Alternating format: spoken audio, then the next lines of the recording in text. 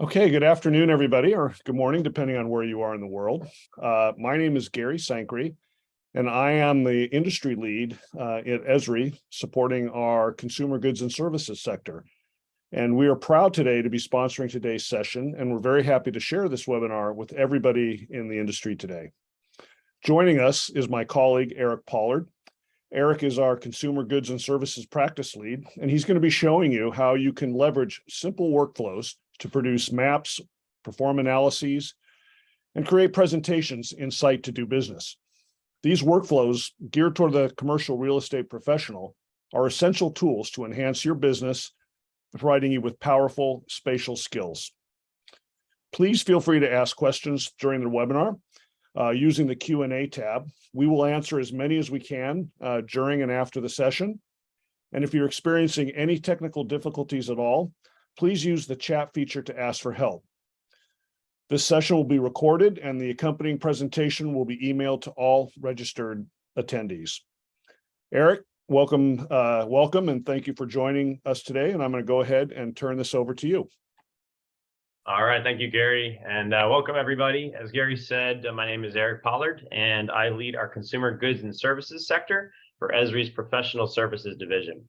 As it relates to CCIM, I work closely with the CCIM Tech Institute and the rest of the CCIM board to ensure that we have location technology tools available for the members. Today, we're going to do a little bit of a different webinar than we've done in the past. We're going to do a series of live demonstrations to what I call get back to basics. We want to make sure that everybody understands how to use this tool to really create powerful but basic and easy to execute products out of the Site to Do Business and Business Analyst application. We're going to focus on three primary areas. We're going to focus on mapping, so things like market maps, site maps, logo maps, those traditional needs and products that we have in commercial real estate. We're also going to focus on analytics. So we're going to make sure that we show you how to use psychographic data, very, very powerful customer analysis, and map that out. We're going to look at things like market gaps and voids and figure out where there might be a gap in the market for potential land use or property use cases. We're also going to have site comparison and scoring. So when we have a series of locations, how do we scientifically prove or statistically prove that one location is better than another? So we're going to do that with analytics as well. And then finally, all this mapping and analytics is great, but if we can't share and collaborate on the results, that message kind of lands flat. So we need to make sure that we have good looking reports. So location information through infographics and our standard custom reports, as well as property presentations. So that'll be accomplished through something we call ArcGIS story maps, and then also portfolio presentations. So you'll see something called ArcGIS dashboards. Now, the terminology for the individual product areas isn't as important as it is to learn these simple and easy steps to create each of these products. We'll also show you a little bit about what's new and what's to come with the Site to Do Business application for the future. So first off, we did this in the last webinar, and I think it's important to set the standard a bit for what is the Site to Do Business and Business Analyst application. I'm not going to go into too much detail on this slide, but to summarize, the Site to Do Business application contains the Business Analyst web application. You can see a few screenshots here of the Business Analyst web application. This application is an easy to use web-based tool that allows for mapping and visualization, some of the analytics and presentations that we just talked about, as well as the reports and infographics. Very specifically, it helps you analyze your markets. It helps you do market research.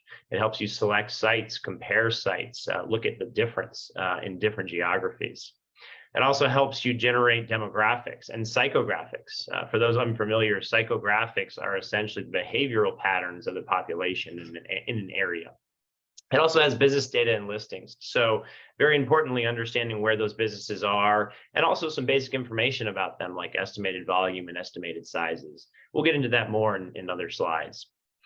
And then finally, some very specific and focused tools, things like site suitability, things like the gap analysis that we talked about earlier, and then very importantly, trade areas. So as you can see in some of these screenshots, like this first screenshot, you see some drive time trade areas, and we'll be using those throughout the presentation as well. Do be aware that the procedure to access this application is through the website stdb.com, and most of you should have that from your membership. All right, so what are some of these use cases? Again, I want to make sure that this presentation is geared towards these very kind of top of mind use cases and really critical and needed workflows throughout commercial real estate. And so some of these different areas that are obvious uses for this tool is the property acquisition and disposition type work. So again, site maps and understanding trade areas and even understanding competitive and complementary locations and points of interest, such as traffic or public transit, et cetera. Market research, so understanding where you should be looking in a market for, let's say, a specific client that you have, or who you may be targeting for sale of a property or lease of a property, right? So looking at those other business locations and saturation, ranking opportunities, even labor. So let's say we're working with industrial properties. We may want to understand the labor, very importantly, to service or work at those specific locations. Appraisal and valuation. So housing and net worth, can give you a good indication of some of the economics and the economic trends in an area. So can bringing in third-party data such as parcels and other property information. You may recall from the last webinar that Site to Do Business and the Tech Institute is doing a good job of bringing in additional third-party layers from municipalities in an area of the application that they call Map Site. Also understanding urbanicity and visual change, right? So whether this area is growing or declining, not only from a statistical trend standpoint, but also from a density standpoint, as well as a visual standpoint. So looking at historical imagery and change over time. Property leasing, very important, obviously, to be able to showcase things like logo maps and where existing locations are based on the retailer or the tenant. Also digital print tour books. So if you were to go out and showcase a series of properties to a potential buyer or to a potential tenant or customer, you're going to want to be able to have all that information at your fingertips rather than in a giant binder of print paper. Also traffic and daytime population. So very important to understand not only the residential information, but the business and daytime information as well. And then development. So the development area is an area that GIS can absolutely, and ArcGIS can absolutely help. You can help visualize the existing and proposed development, not only in 2D, but also in 3D. We also can use that void for that highest and best use. So when you understand what types of needs are missing in the market, you can understand what type of development to build, whether that's mixed use, whether that's multifamily, whether that's a traditional retail, maybe an outdoor mall, et cetera. And then finally, digital stories and presentations. So this is really best when you need constituent engagement and you really need to display that story. You may even need to have a regulatory review of this. So boards of zoning and planning, et cetera. And then there's other property type workflows that are also serviced by ArcGIS, things like property management, things like foot traffic and movement, data science, forecasting and modeling, and also visualization of other information you may have, such as CAD and BIM. Those are some extended use cases. We won't be getting into all of those today, but do understand that they exist as well. So let's start into this. Let's go into mapping. So we really want to create better visuals with our mapping, right? And so we've picked a few different types of maps that we can create today. First map that's really a tried and true part of commercial real estate is creating a market map. And what I've done here is I've listed out some of the steps. I'm not going to read all these to you. We're going to actually jump into a demo here and start to do some mapping, but you'll have this as a leave behind so that you can go back through and understand how to actually execute these. So again, the market map will be first. We'll then jump into a site map so that we can zoom in and see a specific site. And then we'll go ahead and create something that almost everybody asks for, which is what's called a logo map, and putting logos on the map for specific business use cases. So let's flip over now. And we'll go ahead and go into our Site to Do Business Business Analyst application. So very quickly, just to remind you how you get into it. When you log into Site to Do Business, you should be presented with a dashboard like this. This very first icon here is the Business Analyst icon, right? If you click on that icon, it'll send you right into an environment that looks like this. So this is the Business Analyst application. We're in here. Now we can start to analyze and create something like our first market map. So I'm going to be a little bit selfish and zoom into an area where I grew up just to showcase our first market map. So I zoomed into Connecticut, and I'm going to zoom into the southwest portion of Connecticut. Now, one of the first things I may want to do is I may want to actually generate the geography or the market area that I really want to focus on. So we have a couple different ways to do that, but one of the easiest is define areas, select geography. We can select from the map. And we have a series of different levels of geography. Now, when I look at a market, I tend to look at something that's sub-state, right? We want to look at something that's a little bit more granular. We don't want to look too granular, or we won't see enough area. So something like a CBSA tends to be a good market area. Now, if you look at the map, it'll start to generate different boundaries. If I click on this Southwest Connecticut boundary, it's the Greater New Haven, Milford, Connecticut MSA or CBSA. We can go ahead and hit next. And so now we've created this geography. We have a lot of different options to do symbology with this, change the colors, change the look, etc. In today's workshop, I'm going to run through pretty quickly so that we don't miss anything. So I'm not going to do all those adjustments here. What I will then do is actually locate a site within this area. So I've located my geography or market area, but I may have a specific site in mind that I want to create this market map for. So up here in the top right, I can make sure I have add a pin selected, and I can type an address for an area that I want to analyze. So I may have a site over here in downtown New Haven. I've added that point, but I now need to create a trade area around it. So I can go ahead and hit create site. I have the options of rings, drive times, or walk times. You may have different purposes for these, and you may want to do this multiple times. Today, we're going to create a site for just the driving time. I can leave the 5, 10, or 15, or I can adjust these, or very importantly, I can only use 1 or 2 drive times if I want. Today, for this market map, I'm going to allow it to draw the 5, 10, and 15. I'll hit go. And now I see the 5, 10, and 15-minute drive times with labels around this specific site that I have. Right, again, I could click on that site and I could edit this if I want to, but I'm happy with it right now. So now one of the things that we can do is we can actually map out additional variables on top of this before we export or print this. So the way we do this is we can go up to create maps, and we can go to color-coded maps. And what we can do is we can choose a variable from the demographic data browser. And we can go into here and choose from thousands of different variables. For today's session, I'm just going to pick an easy variable, something like income. Click that on. And we'll see an income layer that ends up showing up behind the map of both the geography as well as the trade area. So now I can start to see where there's more and less income across the Southwest Connecticut area. Now, I may also want to adjust this to not show areas outside of my market. So I may hit back, right?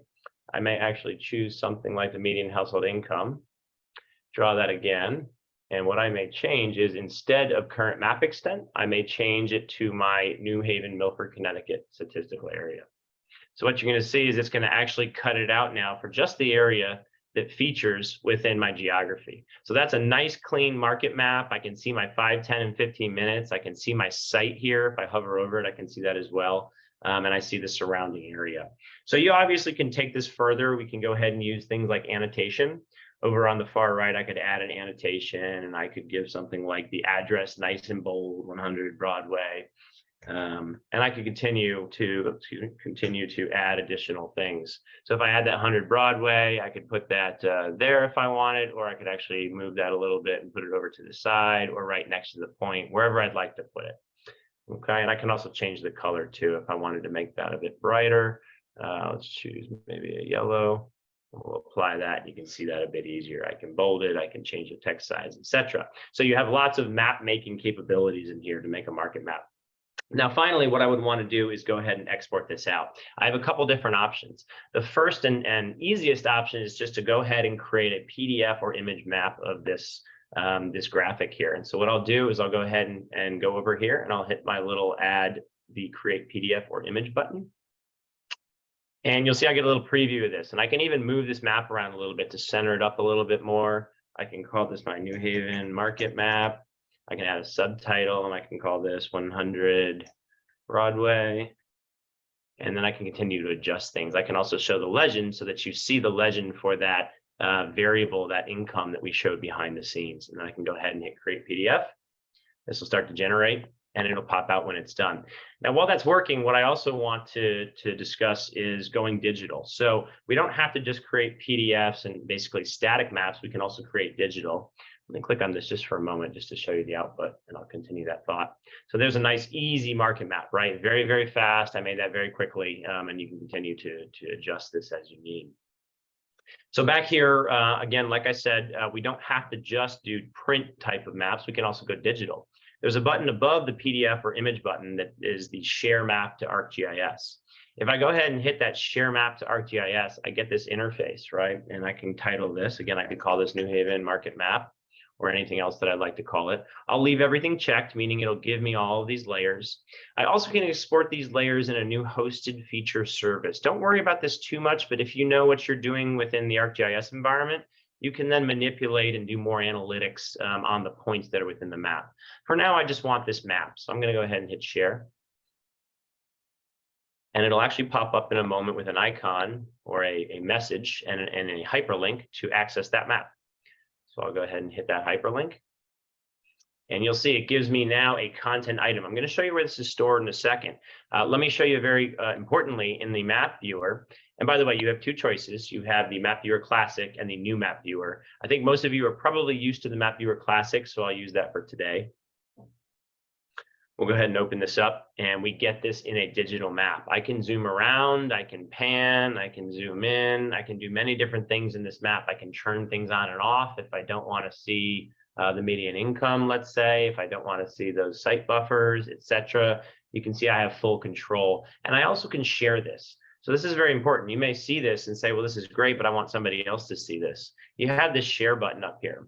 You can hit share and you can even choose to share it with everyone, meaning public. If you do that, you then can send the URL to anybody else who has internet access to be able to view this map.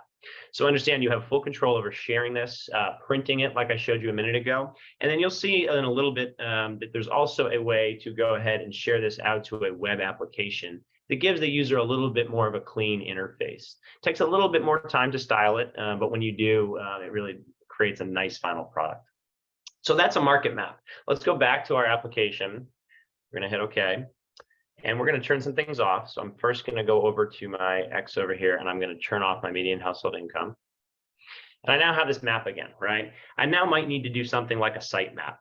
So I'm going to go ahead and I'm going to actually draw a little zoom square and zoom closer to my site. Now, I may want to adjust the colors on these different trade areas, right? So this metropolitan area here, I can actually edit the area, or I can go into options in a moment, and I can change the fill color, right? So I could even do something like no fill so that it does not show, and I can see very cleanly, right? So again, I can just adjust colors, I can adjust fills, etc. So you'll see I zoomed over there a little bit, and now I can see this a little bit more clearly if that's what I'd like to see. Close that. One other thing we can do, if I go ahead and turn off for a moment the drive times. Yes. Gary, one question right relevant to what you're doing right now. We have a question about sure. If I have, like I have the dry time layered over the income, can you show how we can change the opacity so they can see, if you have different data showing up? Yes, absolutely. So by clicking on any of these, and sorry, I'm getting a little frozen there. By clicking on this site name here, what I can do is I can actually go to options, and I have fill and border colors for each of these. I can even clear the site. So let me, sorry, give me one moment and click on this again. And sorry, it's getting hung up on the geography. I'll turn that off. There we go. Okay, sorry about that. So the geography we're seeing behind the scenes. Now, if I click on this one, we should get our drive time here. You also have the ability to, in your polygons, choose them as well. All right, there we go. I just had to click on it right, and we have the options here to adjust this site. So you see the fill colors. I have the 3 different colors, and I have the opacity. So as long as you click dead center of that site, which I was clearly missing by a little bit, you have the ability to adjust that opacity, right, more or less, and you also can change the individual colors. You also can do no fill. So if you just want the borders, I can hit no fill, and as you can see, I have the 3 different outlines filled in, but not the interiors. Hopefully that answers the question. Okay. All right. So the next part of the workflow, we want to do the site map, right? So, and actually, this is a good example here by making those opaque. If we wanted a site map where we zoomed in even further, I can zoom into somewhere like here, and I can change the base map. So up in the top right, I can hit base map. I can hit something like imagery or hybrid or imagery hybrid. I like the imagery hybrid personally because it still gives me street names and it shows me where that site is, right? Now, I may want to actually click on that site and adjust that a little bit. I might actually go ahead and go into the edit area and more options, and I may change some of that site. But right now, I'm going to leave that. I'm going to actually go and change the fill back on so we can see a little bit of that. So that's what it would look like if it's over the top, right? If we had any fill. But yeah, if you want to see the aerial a little bit better, you can go ahead and click no fill and click OK. All right, and then we'll zoom in a little bit further. On that 100 Broadway, we have our point. Now, you noticed earlier, I didn't change the point. I could have adjusted the point when I added this, right? It's a small blue point right now, but you can always change that later as well.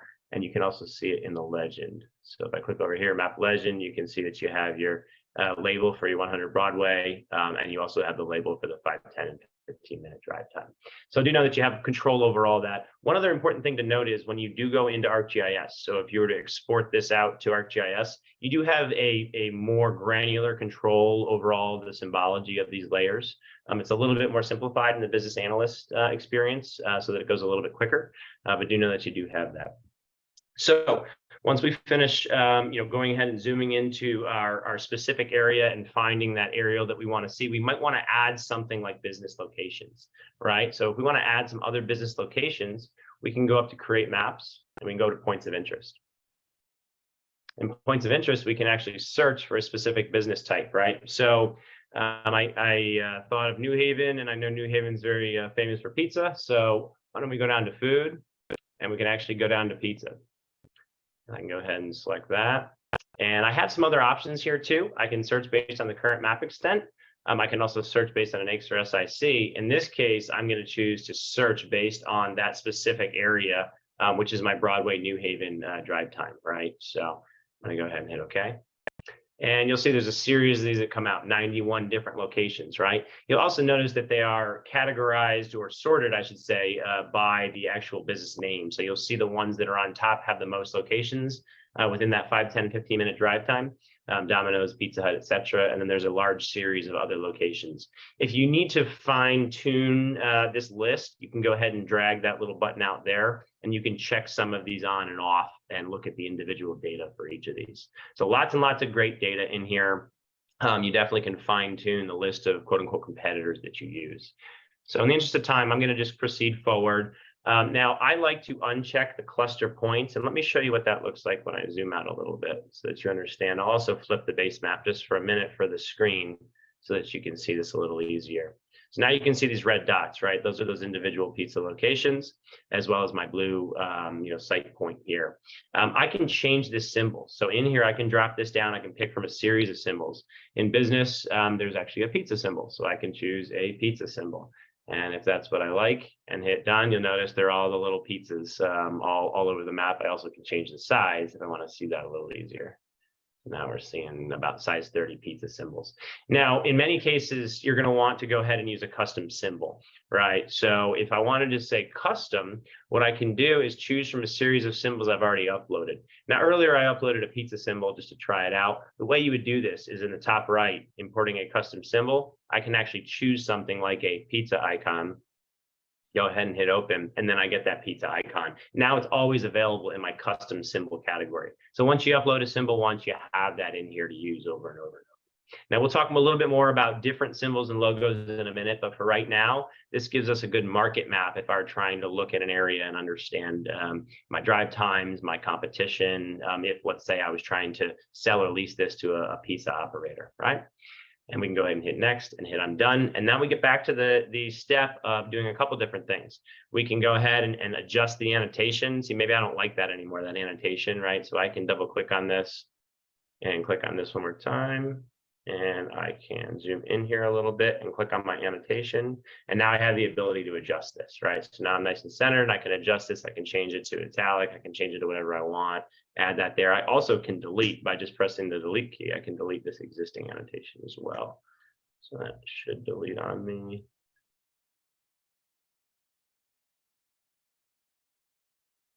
If I click it right.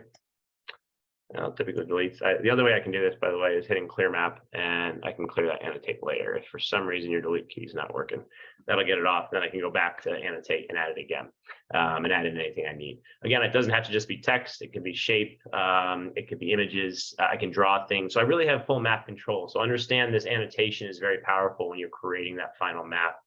If I'm happy with my map, just like I did before, I can then go ahead and click the create PDF or image.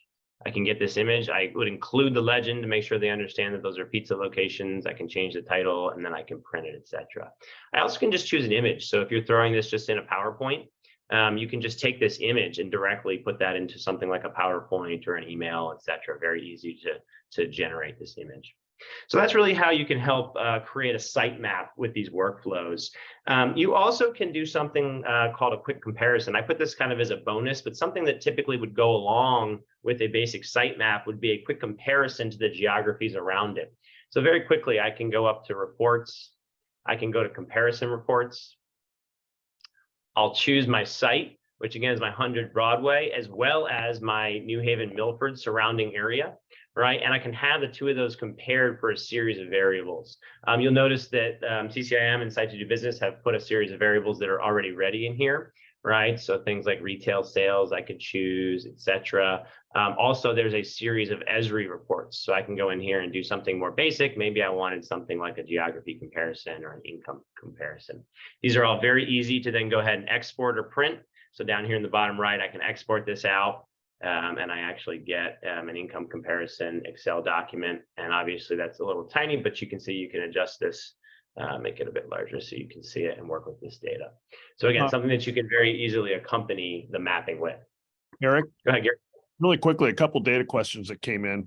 How Sure. current is this income data? What's the primary source and how often is it updated? And also related, how current are the data for Canada? Yeah, great question. So a few things I can tell you right off the bat. The Esri data and methodology page, which I can certainly post, we can post after, will give you all the methodology for not only the US data, but also the international data as well. Each of these links is a white paper. The basic answer is that most of our data is all updated annually. It certainly is in the US, and in most cases, most of the other countries are updated annually as well. So that gives you kind of the vintage and the updates. As far as what are the data sources, for the US, we have almost 30 different data sources, everything from the Census Bureau to the Consumer and Financial Expenditure Surveys, to the American Community Survey, to the Bureau of Labor and Statistics, et cetera, et cetera. Again, I highly recommend you go in here if you want to read more about it. And so the 2022 Esri updated demographics methodology statement is kind of the core demographic variables, things like income, households, age, sex, race, etc. And you can go to these different sections and read all about what goes into these, what forms, Census Bureau, etc. So definitely come in here, definitely read more about each of these, and you'll really understand a lot about our data. Okay, so that's some of the data questions. Absolutely good information. We'll post that link. So again, on the sitemap, at this point, you definitely have your sitemap back over here in Business Analyst, and we'll close this. And so the next thing we might want to do is change this into something like a logo map, right? So logo maps can take a little while, depending on exactly how you want to format your logo maps. But a lot of people want to go ahead and output 1, 2, 3 main competitors to whatever use case they may have for that specific retail location, right? And again, I'm using a retail example. This could be industrial. This could even be different office operators. I'm just going with the retail theme, but understand this applies to all real estate. So what I can quickly do is I'll remove these pizza locations for the moment. One of the fastest ways you can make a logo map within Business Analyst is to go up to Create Maps, Points of Interest Search, and search for each of the names that you care about most individually, right? You still have that list from before when you searched, right? And you could have exported out that list so you know the businesses that you have. I may want to do something like Domino's, right? So again, going with a pizza theme, if Domino's is what I'm looking for, I can go ahead and hit OK, and I should come up with roughly 3.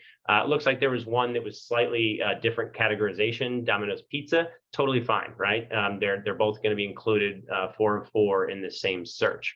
So I have these different pizza locations. What I can then do is hit next, and instead of taking this symbol that's the little pizza wedge, I may want a logo, right? So I'm going to go ahead and go out to the internet. I'm going to go to a Google search, and I'm going to type in Domino's logo. Now, here's one of the tricks. In the Images tab, I have the ability to see all these images. There's a Tools tab on Google that allows you to drop down something called Color and choose Transparent.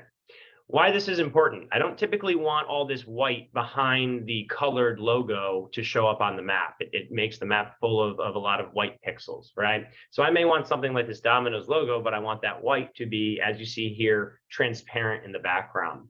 Now you'll notice back in the business analyst environment, when I picked a custom symbol, there's an import button. So I actually have to import the image. So how do I get that image? Back over in the Domino's logo, I can actually right click on this image and I can say save image as, and I'll call that Domino's _ logo. And I will save that.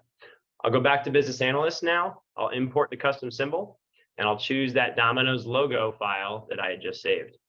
And you'll notice now I have a little Domino's logo in the 4 dominoes that are across the map. I can adjust the size if I want to see them a little bit larger.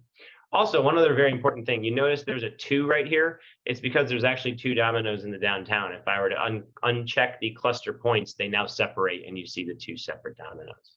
And I could repeat this process as many times as I want for major competitors. I put in the instructions, there's also a little bit of a bonus workflow here. If you want to, you can export this out to ArcGIS, go into ArcGIS and work with the more advanced symbolization tools to quickly symbolize large series of points, so many different locations. But the fastest and quickest way to do this is to go ahead and export out a series of different business listings. Again, doing this again for Pizza Hut or doing this again for whatever other operator you'd like to, and you create this market map. And again, you'll print or export. So that's the logo maps. Now at this point, what I'd like to do is kick over to some analytics. So let me change our screen. If I can get my mouse to work here.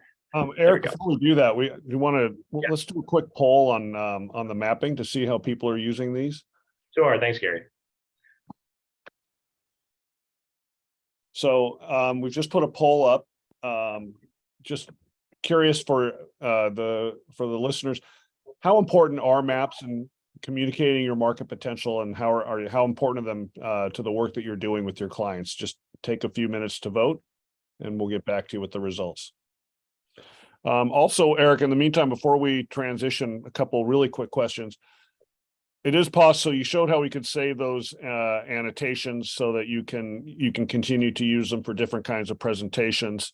We did have a question about finding out about specific demand in it. Maybe we'll come back to that one. How do I find specific demand in an area for development ideas? Yeah, so specific demand for I development. think we're going to get into that now, right? Yeah, we're going to get into void and gap analysis, which will give you the idea of what's missing in that market, right? Again, I'm going to use the retail scenario for it, but you could use really any type of scenario. It could be demand for industrial, given the lack of industrial as it relates to the larger state or county, et cetera. So again, there's demand's a loaded question, right? There'll be lots of different ways to do that, but some of the analytics you'll see here is definitely going to address that. Okay, and then our the poll results are in, so I think we're pretty happy to see that 57% answer this is very important, and another 30% important. So you're all in the right place. Awesome, that's great. So and again, Web showed you, in about 15-20 minutes here, is 3 very basic maps, right? We could obviously take these further and adjust more and more, but they're very powerful, even these basic maps. So let's get into some basic analytics as well. Hopefully we're still seeing my screen. We've kicked over to the analyzing real estate analytics portion. Can I ask Gary, are we still seeing the screen here?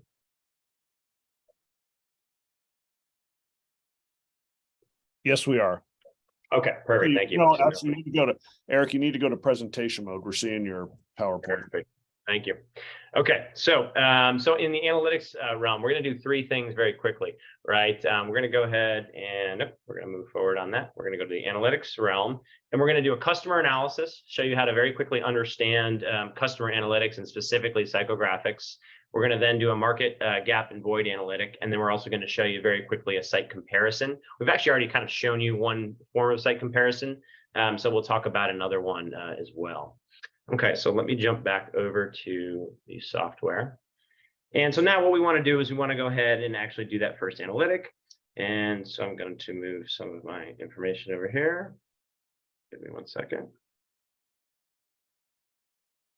Okay, and so the customer analytics. So what we're going to use for customer analytics is a slightly different example. We're going to use a coffee example for this one. So we're going to go ahead and select some business locations that indicate some high performance, because those are the types of locations that we're going to want to mimic. So if I have a customer, let's say a new coffee shop, and let's say they have a very analogous type of business to Starbucks, and I'm just using that because that's an easy one to pick on.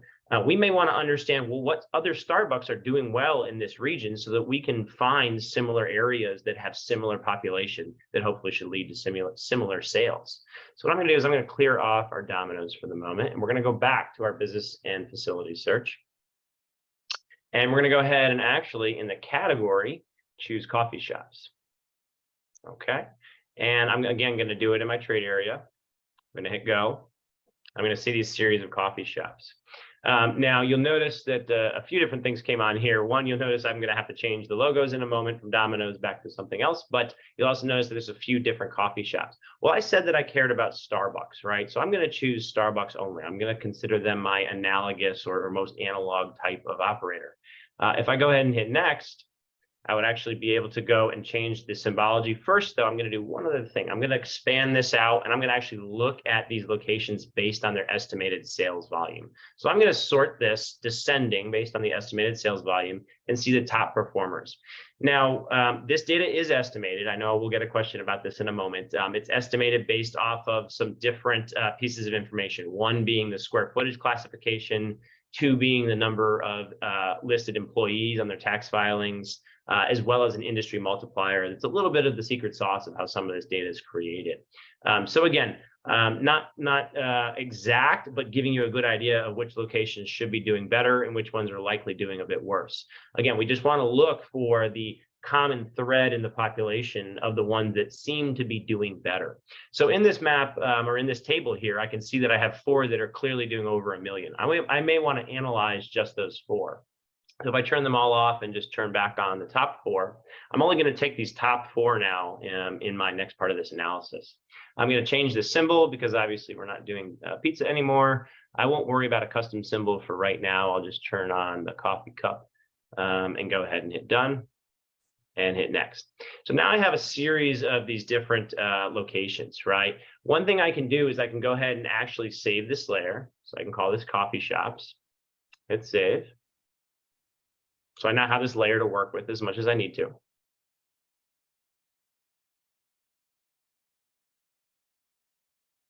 And once this saves, we're going to generate something called a tapestry segmentation area profile. So this profile is going to give us the psychographic profile for not only the behavior of the population, but also the demographic ranges. And it's really going to allow us to understand the type of customer that we want to find next. So when I go ahead and hit done, I have the option to now click on each of these individual ones and create buffers for them, right? So I can actually create a site area for this. I could create them all actually as a whole as well. I'll show you that also. This is a neat trick as well. If I click on the arrow up here in the top right, I can actually go ahead and select these. And I should select all my Starbucks, all 4 of them. And I can hit create buffers for all 4. Let's just use a single drive time for the purposes of kind of understanding this. Let's use something like 7 minutes. I'll blank out the other 3 and we'll hit apply. And, oh, sorry, we're actually going to go back for a second. We're going to change that a little bit. We'll create sites, and I'm going to adjust these in a moment. I realize I hit radius. That's okay. And I'll create them, and then we'll adjust them in a moment here. So we're going to create a new layer. We'll call these coffee shop sites. We'll hit save.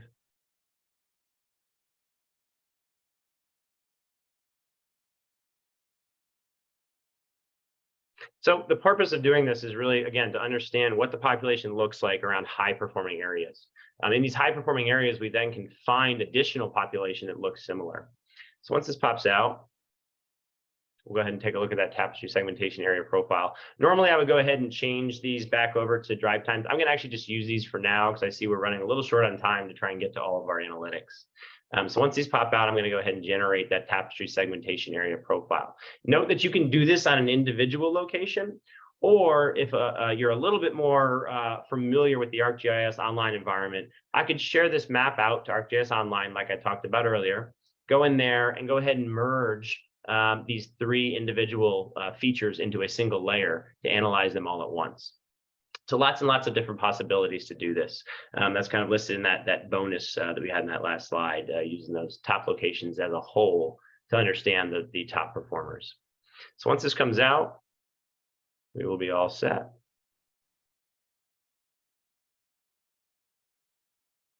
All right, and so now we have these 4 sites created. It's saving these sites and giving them that coffee shop name.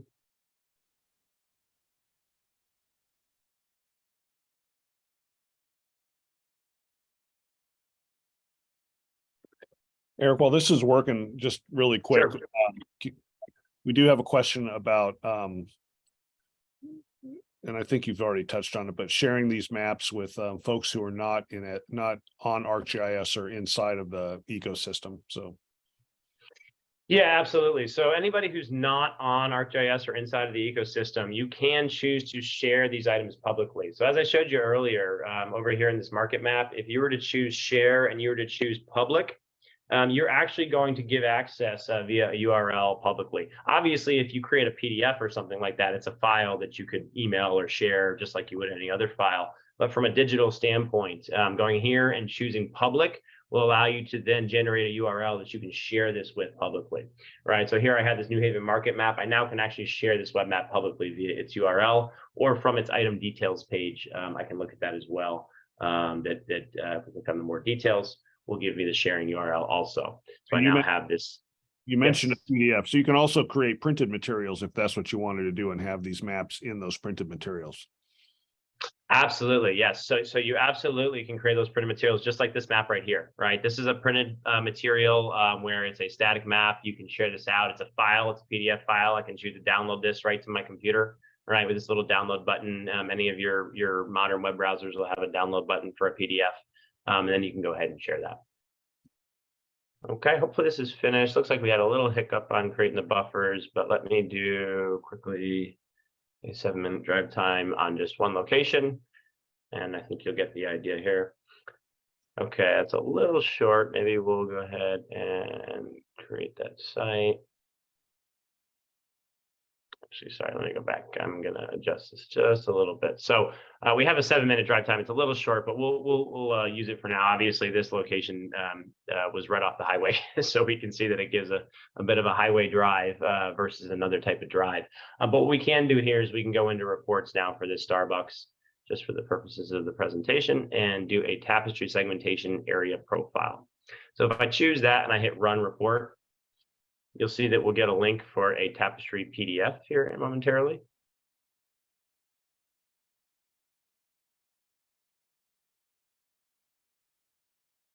And then you give an open report. Again, this is a report just like any other. It's a PDF that we can go ahead and download. And you notice that it gives you what the percentages of population are for the top segments in this area. Again, this was a small area just due to it being pretty much on the highway. But I think you get the idea. And then what you can see here is you can see the top segments. So if we were to look at these, we can see the top percentages of segments. The top percentage overall is this 5C Parks and Rec. I typically tell people when we kind of train on the market planning aspects that somewhere between 2 and 4 is the ideal number. 3 is typically where we land on with most of our customers. This is just due to the fact that there's 67 segments across the US, and you want your core customer to be granular enough, but you don't want to be too granular, right? You want to have a good enough representation of the population. And statistically, that works out to be percentages of the total US that makes sense, as well as percentages of the specific trade areas.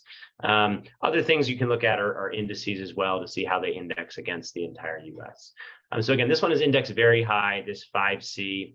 There's also the 1D and 5A. So if I were to write these down, 5C, 1D and 5A, I can quickly show you how we can look for more opportunity in the map. So if I've done this customer profiling work, maybe I want to turn that off for a minute. What I want to actually do is go ahead and actually create a map of that. So I'm going to go ahead and create maps, color-coded maps, and I'm going to browse all the variables, and I'm going to choose tapestry. So again, the key here was I used some existing data to show me what the population was around high-performing locations. Now I'm going to map these out. So I'm going to have that dominant tapestry segment turned on, and I'm going to have all of these segments available to me based on block group. So if I were looking for more of the type of population that led to high coffee sales, what I can do is I can actually turn these all off. I can go down to my life mode group 1, turn on 1D, because we just said 1D was part of our profile. I can then also go to 5, right? Because we said 5 was 5C and 5A. I can turn on 5A and 5C.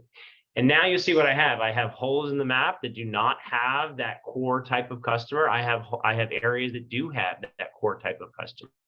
Now, I think one of the things to be mindful of in this specific case was I used this location only up here. So I'm seeing some of the population that's surrounding this area specifically.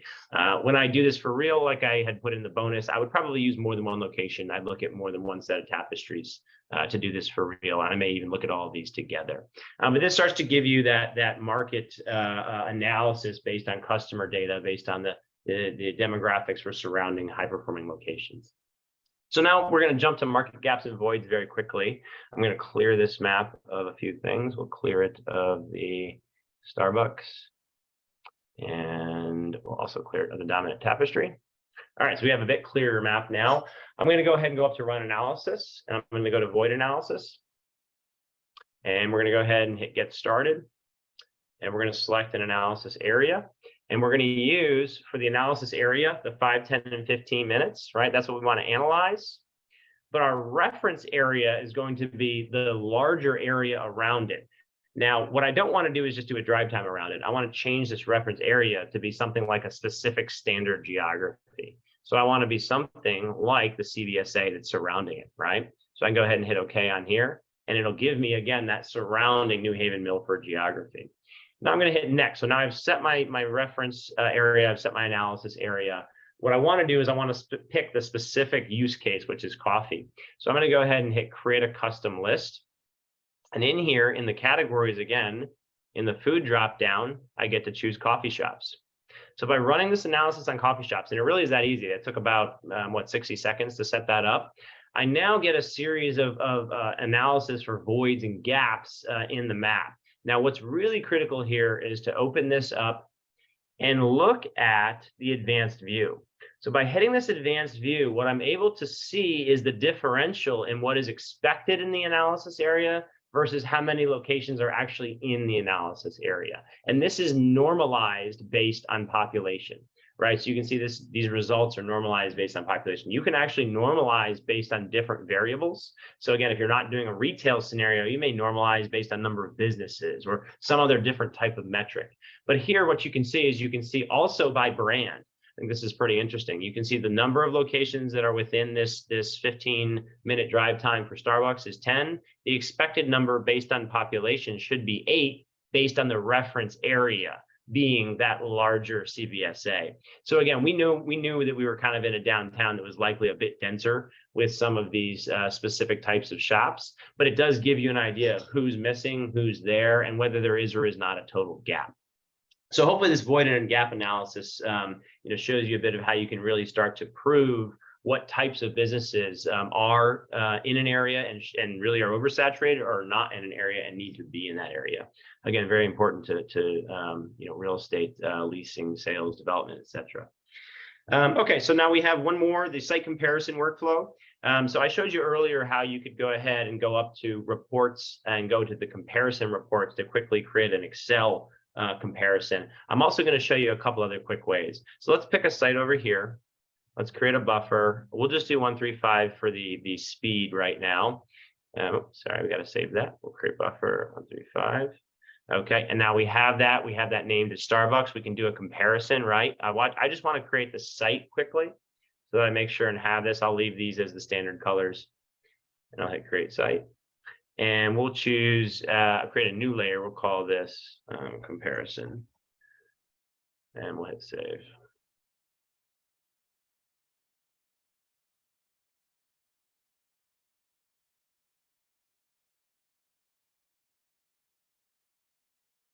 And I'm going to do one more. Normally, I would do many, but again, I want to kind of finish this up pretty quickly. So I'm going to, within hopefully about 60 seconds here, add one more and show you how you can do a quick comparison.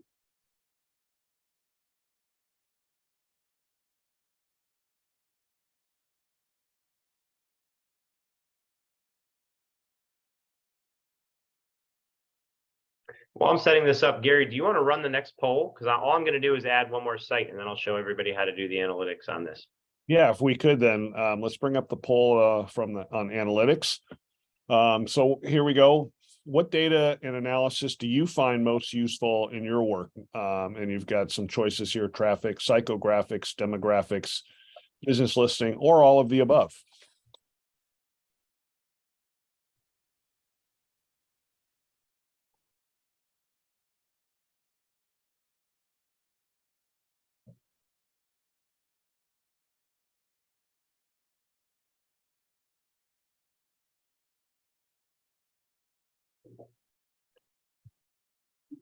And Eric, I don't know if this is something you can answer while we're waiting. Sure. I did get a question about the demand. Can we also use this demand for types of medical services? Yeah, so for medical services, there's a series of different health variables within our demographic data browser. So there's things like spending on medical devices, spending on medical supplies, spending at pharmacies. So a lot of consumer spending information. Any type of other medical demand information that you might find as third party, like specific ailments or things like that, you could absolutely bring in here. Most of our data is going to be surrounding either consumer behavior or spending, but absolutely there's a large amount of that medical information. There's also information about what type of insurance carriers they have, whether they do or don't have insurance. So I can give you anecdotally the fact that we have worked with many companies that do build and or operate medical facilities, and so they absolutely use that information. About what types of coverage, who does and doesn't have coverage, how much they spend, etc. All good demand information. Real quick, the poll just came back, and it looks like the number one response was demographics. And I think that makes a lot of sense. And I'm actually quite glad to see that close behind it is all of the above. So traffic, psychographic, and business listings are also very important to our listeners. Perfect. So after that poll now, what I'm just finishing up is saving one more site here to show you the quick comparison using our suitability tool. And then hopefully we'll have a minute to be able to show you an additional presentation capability. So what you see here is the comparison capabilities. And sorry, let me flip this back if you're not seeing it. Are we still seeing this, the business analyst, Gary? It's not showing for me. Yep. We are. Okay, great, perfect. All right, so if we're seeing the business analyst, we have two sites now. What we can do is we can go up to run analysis, and we can actually go to our suitability analysis. I could use two sites from the map like I just did. I also can add individual sites from a spreadsheet as well. So understand that that's possible as well. So these sites from the project, I have a capability to add things like the Starbucks or the downtown coffee shop, etc. I'll go ahead and add just two of them, the downtown coffee shop and the Starbucks. I'll apply that. Again, two locations that I chose very quickly while the poll was going. And I have the ability to compare either using popular lists that have been pre-set up by CCIM, or I can actually add individual criteria. If I had criteria in my data when I brought it in, I could add those individual variables by attributes from the site. What I mean by that is, let's say you went out and you recorded a visibility score, or you recorded the number of parking spaces, or you recorded some other type of characteristic or site level information. As long as that's in your spreadsheet, when you load that spreadsheet in, you can add those attributes as criteria. For today's situation, we're going to just choose population and income. And you're going to see how I can now quickly compare these two sites to one another. You're going to see over on the left-hand side a series of variables that are already predetermined. Total pop, growth rate, daytime pop, median household income. But I can remove any of these, and I can also add additional criteria. By doing that, or by reweighting, you'll see that the actual scoring changes. And that's what that color represents, is the final score. So by weighting total population very highly, you'll see that the downtown coffee shop has a much higher score than this Starbucks over by the shore over here. Again, I could do this over a large series of sites. This is a great way to actually prove why one location may be better than another. It's also a great way to then create a map showcasing where there's more or less opportunity based on a series of sites that you have. So again, another great way to create a product, that's that site comparison workflow. Also, don't forget about in the reports, the actual comparison reports here and using this print or export. So now very quickly, I think, yes. Real quick, is there a retail leakage profile report available? Yeah, so the retail leakage and surplus used to be something that was available. We are working to recreate or redefine what that looks like. As you can imagine, online sales and things like that have adjusted what's important to aggregate into a retail leakage and surplus. So understand that the void gap and analysis from a present standpoint is the best right now to look at. In the future, we will have a replacement for that retail leakage and surplus. Okay, and then last, because you have a site right on the coast. When you're working on the coast, does it make sense instead of drive time to look at other kind of boundaries like zip code or something? Yeah, so understand that if you use a drive time and you're on the coast, just because it covers over ocean, it's not going to adjust essentially your answer, right? If I want to answer the question of how many people can facilitate or can shop at this location based on a 15-minute drive time, that it's still going to be the same number of people, even if you're up against obviously the shoreline there. So I still say, certainly in a consumer scenario, the drive time is definitely the best metric to use. It obviously won't take into account anything over the water, so you have nothing to worry about there. Now, if you're talking about comparing areas, let me just add on to that. In total, a shoreline area versus an interior area, yes, selecting something like the zip or selecting the CVSA, et cetera, can be more pertinent to compare apples to apples. But if you're trying to understand from a point level who may be your customer base, the drive time is still significant. Okay. All right. So I know we're getting close to time. We're probably not going to have time to go through all of these, but what we can do is show a little bit here. So there's location reporting workflows, which are essentially the custom or standard reports and the infographics. There's a property story workflow, which is a story map, and then there's a dashboard. So let me see how much of this I can quickly show. So over here, what we can do is we can select any of these locations, right? Any of these, and actually I'll get rid of our suitability analysis and any of these sites here. And I can go ahead and add as a site. Sorry, let me drop a new one here real quick. That guy's stuck on our suitability. So we'll create a site. Very quickly, for any site that you create, as long as you didn't just put it in suitability, which I would have to reset it, I have the ability to quickly create a report here. So here I have the ability to hit reports or infographics. Hopefully you're familiar with this. This is a pretty standard workflow. If I hit reports, I can choose any report, such as a demographic report, crime report, etc. Or I even have different shared reports if others within CCIM have shared them with me. Also my reports for customized reports. For instance, a traffic count map. I know we're close to up on time right now. Do understand that also where that report button was, there's also an infographic button that you could choose as well to share that. And lastly, what I want to make sure everybody sees, and we'll definitely have some information on this from that PowerPoint, is that there's two other buttons to share these types of sites. There's an ArcGIS dashboards button, which can share a series of sites like these two on a map along accompanying infographic information. And there's also a story map button. So if I were to want to create a deep dive, single interactive way to share, let's say, this specific site, I can go ahead and use an ArcGIS story map. Think of that as a interactive online PowerPoint that allows you to embed these maps, embed the infographics, and really see a lot of information all at once. So again, those three primary capability areas, reports and infographics, and then the dashboards, and then the story maps. Again, dashboards for multiple locations and story maps typically for a single deep dive location presentation. So hopefully this gives you a little bit about how we can use Site to Do Business and the business analyst application to really power your business. Finally look for in the future what's to come, a quick reports button. You'll see it out there now in a beta form. It's going to be improved in the future.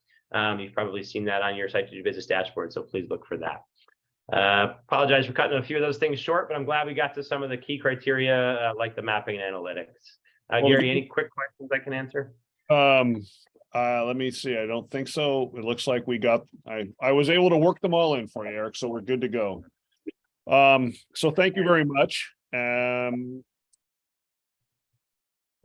So I think we answered, there's a couple really detailed questions. We'll see if we can put that into the, when we send the notes back out from this. Thank you again for sharing your expertise with us today, Eric. And thank you everyone for joining us.